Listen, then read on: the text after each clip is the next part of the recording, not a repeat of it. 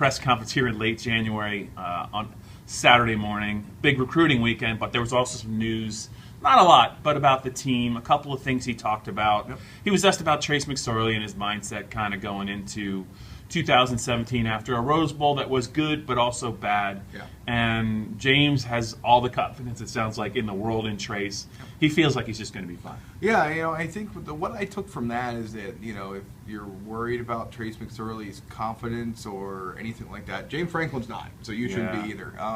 I understood the question, but really the kid has bounced back from everything. He's never, he's been said as he's a guy that doesn't dwell on things and that moves on pretty quickly. So I don't, there's no reason to think that the Rose Bowl, the way it ended, is going to affect him. If you need further proof of that, go back to the Pittsburgh game, go back to the Michigan game, and then look how Penn State ended the season. Sure. One player who did not finish the season for Penn State for, we're not really sure why, but was an offensive lineman that played in Pennsylvania in high school, Noah Bay. Yep.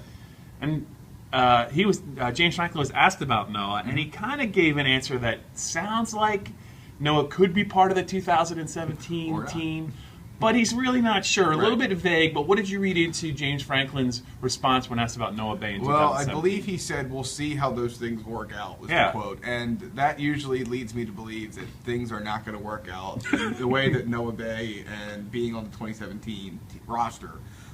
Is there a chance? Yeah, there's surely a chance, but it doesn't sound like he's a guy that's going to stick around. James Franklin spent a lot of this press conference today talking about scholarships and space and conversations, ongoing conversations with guys.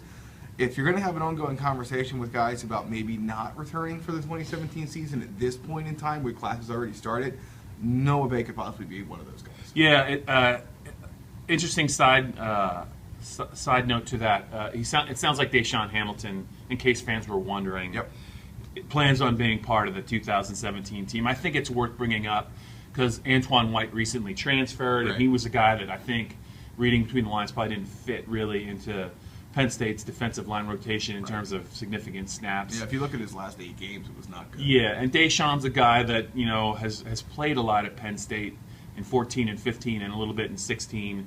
But they got some good young wideouts, and it wasn't really clear. I thought maybe there was a chance he might transfer. Yep.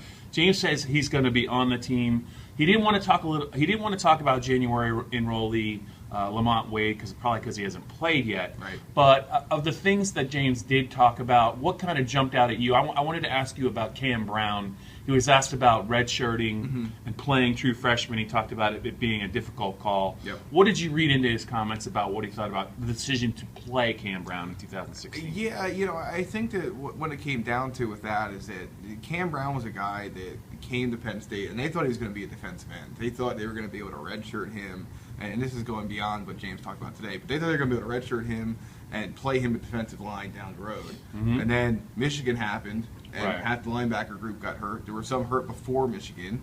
Suddenly Cam Brown had to play. In hindsight, obviously I think they still would prefer to have sat him out and then played him at defensive line. I still think he could grow into a defensive lineman, but the way things worked out, it didn't go that way. And beyond that, to go back to the Deshaun Hamilton point, and just in general, he was 2 or 3 times today, James Franklin said, well, it's all about being at 85 by the start of camp. And they're over that number right now, especially with the news that Tyler Davis is on scholarship, which I had not heard before. So that puts him at 87. They have to be at 85. So at some point here, there's got to be some guys moving around. He claims there's no gray shirt conversations going on. Gray shirting, of course, is making a recruit wait until January of his freshman year to enroll, so it doesn't count against that year's number. He says there's none of that going on. At some point, they got to get under 87. So maybe they take scholarships away from the 2 walk-ons that they gave him to. They're only spring semester scholarships. That would get him to 85. But we'll have to wait and see. I'm not convinced, and not just Deshaun Hamilton. It could be any number of guys. But there's going to be some more movement within this program. And just to follow up on what you just said, you do think long-term that Cam Brown might be a future defensive end. I do. Not a linebacker. But with linebacker kind of not being the strongest depth position in 2017, do you think he'll still be in the conversation to play linebacker because he's not the biggest guy in 2017? Yeah, I do, because at this point, unless they pull the red shirt off, assuming Dylan Rivers signs with them, they have Braylon Faison-Walden on campus. Brent Price convinced that kid can play right away. So January enrollee, Brent Price said before the Rose Bowl, he's convinced he can play right away. So maybe if you get all your redshirt guys or your true freshman guys off the red shirt into the